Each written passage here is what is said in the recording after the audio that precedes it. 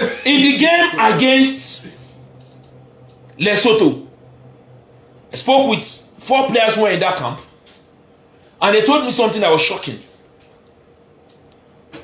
Mwabali, they have noticed this is erratic behavior. Oh, call Nemfort. Nemfort will tell you. The game against Rwanda, Mwabali tore into a Rwanda attacker, a defender, after a foul on him. In fact, Mwabali was supposed to have a penalty if VR was there. Mwabali was about to take a quick throw. There was a Rwanda guy that was in his front. Mwabali dragged the guy out and then launched a quick throw. I think Nwabali's elbow touched the guy. Now, Mwabali in that very fight, when they were dragging him away, you can ask them for you guys didn't see it on TV. Mwabali was still warning the Rwanda guy.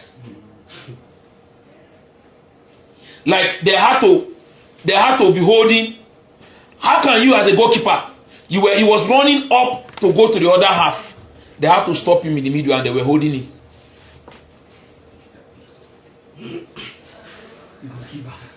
He's becoming complacent. Mwabali is becoming complacent because look at the goal if we had not considered that goal against Lesotho, the 2-1, we are home and dry. We are home and dry. Look at that. Why would you consider a goal like that? A 2-0 win. Come on. Would have been looking for 1-0 or 2-0. Simon said he would have flown back to France. He should not come back to Nigeria. Because you see, goalkeeper, the selling point of Mwabali at the AFCON was calm. He was very calm. He was very calm. But now he seems to be so erratic. And just like Omojo tweeted, I've said it before, or posted on X. I've said it before. He's living on AFCON tax. Yes. Because when we take away his performance at the AFCON, go back and watch the games against Lesotho and Zimbabwe that we drew in this very World Cup qualifier. You can't excuse Mwabali. That's how it's got. You can't.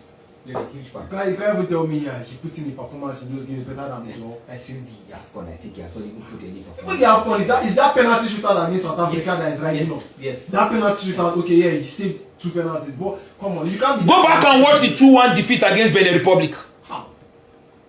Go back and watch the defeat against South Africa, the draw against South Africa.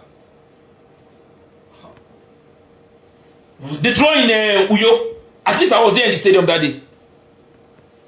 But you see, even the way Mwabali carries himself, there's a reason why no club have bought him. Why he's still in South Africa.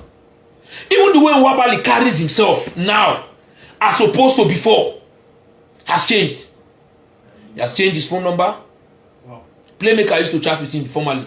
He has changed his phone number. When Playmaker couldn't get him, he was sending messages were not delivering. He now called his PA. The PA now said he has changed his number and he gave instruction that nobody should have his new line. Wow. I would be scared. So that's the truth is, we better start looking for another goalkeeper. Maduka Okoye is suspended. Betting scandal. But if we want to be serious, whether we qualify for the World Cup or not, we already start blooding in young players like Jerome Ako, like Benjamin Frederick.